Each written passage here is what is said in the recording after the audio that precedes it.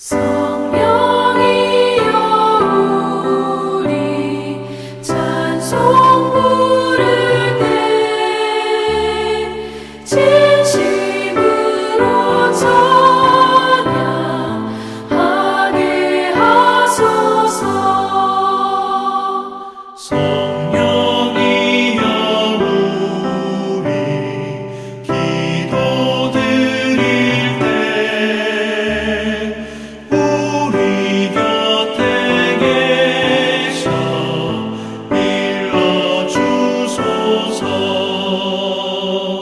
성령이여 우리 성경 읽을 때 그 속에서 빛을 보게 하소서.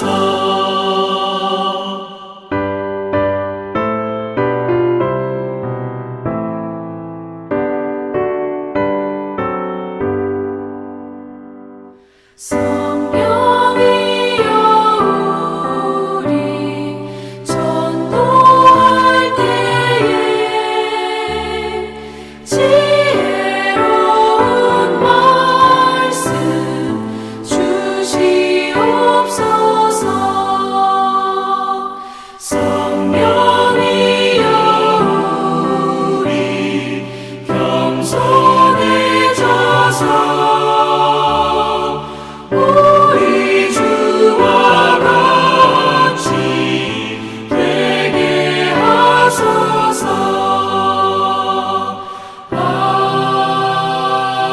아멘. 제12장. 형제들아, 신령한 것에 대하여 나는 너희가 알지 못하기를 원하지 아니하노니 너희도 알거니와 너희가 이방인으로 있을 때 말 못하는 우상에게로 끄는 그대로 끌려갔느니라. 그러므로 내가 너희에게 알리노니 하나님의 영으로 말하는 자는 누구든지 예수를 저주할 자라 하지 아니하고 또 성령으로 아니하고는 누구든지 예수를 주시라 할 수 없느니라. 은사는 여러 가지나 성령은 같고 직분은 여러 가지나 주는 같으며 또 사역은 여러 가지나 모든 것을 모든 사람 가운데서 이루시는 하나님은 같으니 각 사람에게 성령을 나타내심은 유익하게 하려 하심이라. 어떤 사람에게는 성령으로 말미암아 지혜의 말씀을, 어떤 사람에게는 같은 성령을 따라 지식의 말씀을, 다른 사람에게는 같은 성령으로 믿음을, 어떤 사람에게는 한 성령으로 병 고치는 은사를, 어떤 사람에게는 능력 행함을, 어떤 사람에게는 예언함을, 어떤 사람에게는 영들 분별함을, 다른 사람에게는 각종 방언 말함을, 어떤 사람에게는 방언들 통역함을 주시나니 이 모든 일은 같은 한 성령이 행하사 그의 뜻대로 각 사람에게 나누어 주시는 것이니라. 남천교회 사랑방 모임에 오신 여러분들을 주님의 이름으로 환영하고 축복합니다. 오늘은 고린도전서 12장 4절부터 11절에 있는 말씀을 통해 은사 공동체인 교회에 대한 말씀을 나누고자 합니다. 교회는 하나님께로부터 부름을 받은 사람들이 모인 공동체입니다. 하나님께서 각 사람을 부르실 때는 저마다 뜻과 목적이 있습니다. 아울러 하나님께서는 그 뜻과 목적을 이루기 위해 각 사람에게 은사를 선물로 주십니다. 은사는 그리스어로 카리스마타입니다. 이 단어는 은혜라는 뜻을 가진 카리스와 관련이 있습니다. 다시 말해 은사는 하나님의 은혜로 주어진 선물입니다. 무엇을 위해 주셨을까요? 그리스도의 몸인 교회를 세우고 그 공동체에 속해 있는 성도들에게 공동의 유익을 주기 위함입니다. 은사의 특징 중 하나는 하나님의 주권적인 뜻 가운데 각 사람에게 알맞도록 다양한 은사를 주십니다. 베드로 사도는 그의 서신에서 각각 은사를 받은 대로 하나님의 여러 가지 은혜를 맡은 선한 청지기 같이 봉사하라고 성도들을 권면하였습니다. 따라서 은사는 권력도 아니고 수준의 차이도 아닙니다. 하나님의 주권 아래 각각 필요한 은혜를 베풀어 주신 선물이기에 모두 가치 있고 소중합니다. 은사를 받은 우리 성도들은 말씀의 권위 아래 겸손하게 그 은사를 사용하고 교회의 덕을 세우는 일에 사용되어야 할 것입니다. 무엇보다 은사를 받은 성도들은 교회의 하나됨을 위해 사용되어지길 기도해야 합니다. 사도 바울은 로마서 12장 5절에서 이와 같이 우리 많은 사람이 그리스도 안에서 한 몸이 되어 서로 지체가 되었다고 말씀하였습니다. 교회는 그리스도 안에서 한 몸입니다. 서로가 서로에게 속해 있는 하나인 공동체입니다. 에베소서 저자도 몸이 하나요 성령도 한 분이시니 이와 같이 너희가 부르심의 한 소망 안에서 부르심을 받았다고 말씀하였습니다. 각자가 서로 다른 은사를 받았지만 부르신 분의 한 소망 안에서 그분의 뜻의 목적을 위해 연합하고 합력하여 선을 이루어야 합니다. 그러나 서로 다른 사람이 하나가 되는 것은 어려운 일입니다. 그래서 사도 바울은 은사 가운데 가장 큰 은사인 사랑의 은사를 사모하라고 하였습니다. 사랑이 모든 것을 이기고 모든 허물을 덮기 때문입니다. 두 번째로 은사를 받은 성도들은 교회에 유익이 되어야 합니다. 바울은 고린도전서 12장 7절에서 각 사람에게 성령을 나타내심은 유익하게 하려 하심이라고 하였습니다. 새번역 성경은 유익이라는 단어를 공동이익으로 번역하였습니다.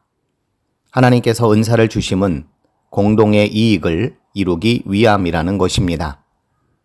캐나다의 공동체주의 철학자인 찰스 테일러는 그의 책 불안한 현대 사회에서 오늘날 인간이 가진 극도의 이기심 때문에 큰 가치를 잃어버렸다고 하였습니다.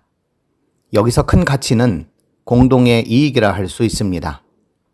내가 관심하지 않는 것들이 내게 아무런 영향을 미치는 것이 아니라 결국 나도 우리 모두도 파멸의 길을 걸을 수밖에 없는 그런 것들입니다. 눈에 보이지 않지만 서서히 무너져 내리고 있는 도덕적, 윤리적 가치라든가 영적인 가치 등이 해당이 될 것입니다. 하나님의 은혜로 주어진 은사는 결코 사소한 것이 아닙니다. 인간의 잣대로 측량할 수는 없지만 큰 것이고 큰 가치입니다. 이러한 은사를 사소한 일에 국한하여 사용하지 말고 하나님의 큰 뜻을 세워갈 수 있기를 바랍니다. 나에게 주신 은사로 너희의 부족함을 채우고 너에게 주신 은사로 나의 연약함을 메울 수 있는 유익한 일들이 우리 공동체 가운데에 있기를 기도합니다. 끝으로 은사를 받은 성도들은 건강한 교회를 세웁니다. 교회는 취미생활이나 여가 활동을 위해 모인 단체가 아닙니다. 교회는 생명을 나누는 유기체이며 각각의 성도들은 한 생명체입니다. 에베소서 2장 22절에 보면 너희도 성령 안에서 하나님이 거하실 처소가 되기 위하여 그리스도 예수 안에서 함께 지어져 간다고 하였습니다. 생명의 근원이 되시는 삼위일체 하나님께서 거하실 처소가 되기 위해 우리는 주께서 주시는 생명을 받고 살아가는 유기적 공동체입니다. 나보다 남을 더 낮게 여기고 사람을 대하기를 주께 하듯 살아간다면 우리 교회는 건강한 공동체가 될 것입니다. 하나님의 은혜로 각자에게 주신 선물인 은사를 따라 교회가 하나 되고 공동체에 유익을 주며 건강한 교회로 세워가는 우리 남천교회가 되기를 간절히 기도드립니다. 기도하시겠습니다. 주님께서 세워주신 우리 남천교회를 통해 또한 주께서 허락하여 주신 은혜의 선물인 은사를 통해 하나님의 나라를 아름답게 세워가게 하시고 우리의 머리가 되시는 예수 그리스도의 뜻과 목적을 잘 이루어드리는 귀한 교회 되게 하여 주옵소서. 예수님의 이름으로 기도드립니다. 아멘.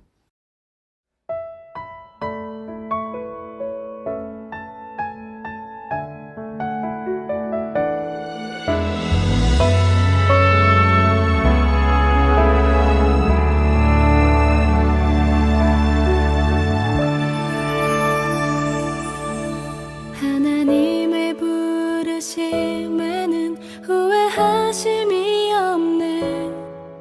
내가 이 자리에 선 것도 주의 부르심이라. 하나님의 부르심에는 결코 실수가 없네. 나를 부르신 하나님의 신실하심을 믿네. 작은 나를 부르신 뜻을 나는 알 수 없지만 오직 감사와 순종으로 주의 길을 가리라. 때론 내가 연약해져도 주님 날 도우시니 주의 놀라운 그 계획을 나는 믿으며 살리.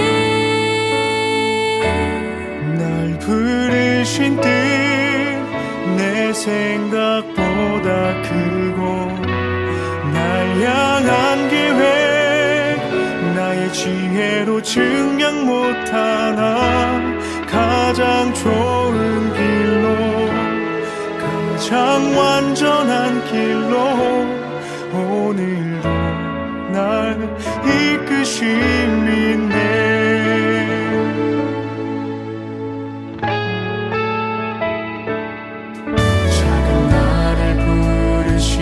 뜻은 나는 알 수 없지만 오직 감사와 순종으로 주의 길을 가리라. 때론 내가 연약해져도 주님 날 도우시니 주의 놀라운 그 계획을 나는 믿으며 살리.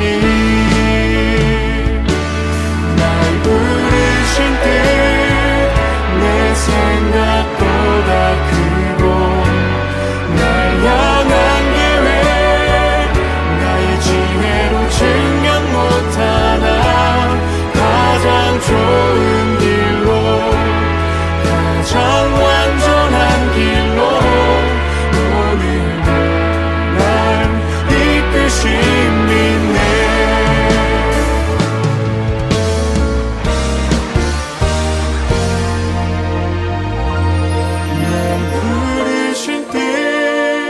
내 생각보다 크고 날 향한 계획 나의 지혜로 증명 못하나 가장 좋은 길로 가장 완전한 길로 오늘도 날